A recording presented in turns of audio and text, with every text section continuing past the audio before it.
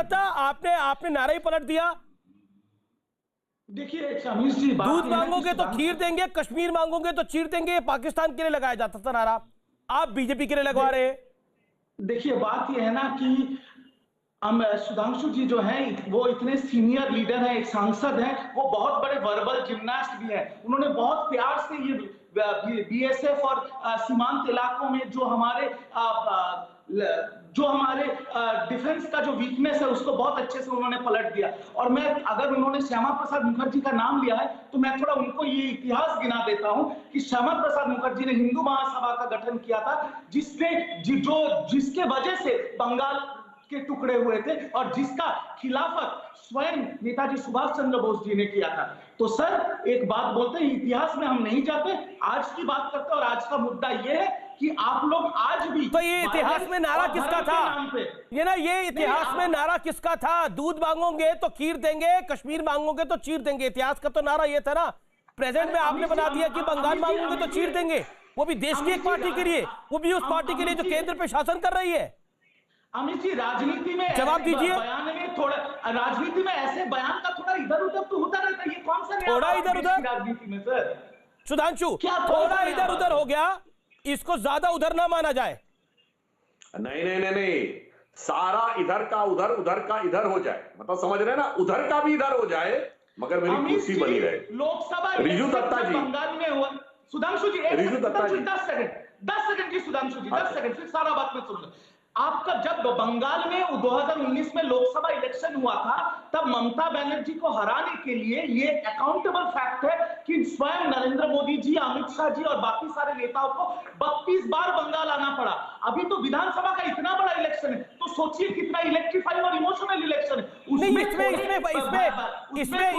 इसमें गुरेज क्या होगा? अगर अपनी पार्टी के प्रचार के लिए कोई 32 बार आया या कोई 64 बार आया है, तो इसमें तकलीफ किसी को क्या हो सकती है? राहुल गांधी वहां डेरा डाल के बैठे रहे, कोई मना करेगा राहुल गांधी को क्या? बोलिए। एक सेकंड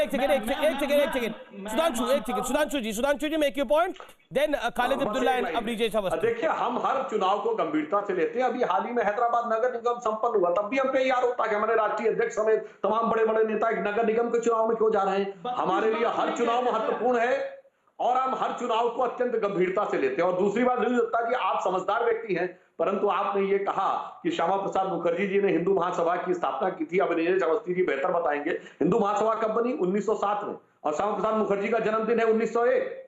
मतलब 6 साल की उम्र में उन्होंने हिंदू महासभा गठित कर दी। इसलिए मैं कह रहा हूं, हमारे विरोधी लोग कई बार अपने तथ्यों को इतना घुमाते हैं कि यदि किसी ने पीछे की चीज न देखी हो तो ये पूरी तरीके से भ्रामक आवरण बनाने का प्रयास करते हैं मान्यवर। इसलिए इन चीजों को जाके एक बार वेरीफाई कर लेना चाहिए कि 6 साल की उम्र में उन्होंने हिंदू महासभा गठन नहीं कर दिया। हिंदू महासभा तो चल रहा था 1907 से। ये वही श्यामा प्रसाद मुखर्जी है जिन्होंने हिंदू महासभा आरएसएस के साथ जोड़ के जो बनाया था, वो आज कमल बन के खिला है। और श्यामा प्रसाद मुखर्जी है जिन्होंने बंगाल तोड़ने की पहली बात की थी। और आपकी और एक फाउंडिंग फादर स्वयं भी सावरकर जी, जो हमारे भारत रत्न भी है, वो क्विट इंडिया मूवमेंट से पहले, गांधी जी का मूवमेंट से पहले, वो प्रेसिडेंटशिप और हिंदू महासभा छोड़ के बैठ गए। अच्छा, वीर सावरकर भारत रत्न नहीं है, आपने एक फैक्ट गलत बोला रिजू साहब, हो सकता है जल्दबाजी में निकल गया हो। वीर सावरकर अभी भारत रत्न नहीं है, उन्हें भारत रत्न देने की डिमांड है। क्या ये डिमांड टीएमसी की भी है?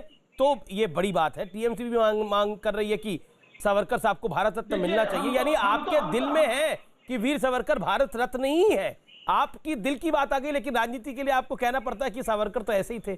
चलिए, कोई बार सच निकल आता है। फैक्ट और रख दो अमीश जी, आपकी अनुमति तो एक फैक्ट और रख दो। जी सुधांशु जी, बस एक लाइन, ज्यादा नहीं बोलूंगा। वीर सावरकर भारत के स्वतंत्रता इतिहास के एकमात्र स्वतंत्रता सेनानी है जिसको अंग्रेजों ने 2 जन्मों के कारावास की सजा दी थी, 2 जन्मों के। और सावरकर ने बाहर निकल के कहा, चलो इस बहाने हमारे पुनर्जन्म के सिद्धांत को तो माना। और मैं आपके दर्शकों को बता दूं, ये 2 जन्मों का कारावास की सजा वीर सावरकर को कब दी गई? 1910 में। और मैं सारे दर्शकों से कह रहा हूं, जाकर चेक करिए इंटरनेट पे, 1910 में कांग्रेस का अध्यक्ष कौन था? विलियम वेडनबर्ग, ब्रिटिश सरकार का सेक्रेटरी। अरे भैया, जो ब्रिटिश सरकार के सचिव के सदारत में बैठे हुए थे, उसके पायों तले उन्हें किसी प्रकार के विरोध माफी मांगने की जरूरत थी? वो किसके लिए उंगली उठा रहे हैं? जिसको 2 जन्मों के कारावास की सजा हुई।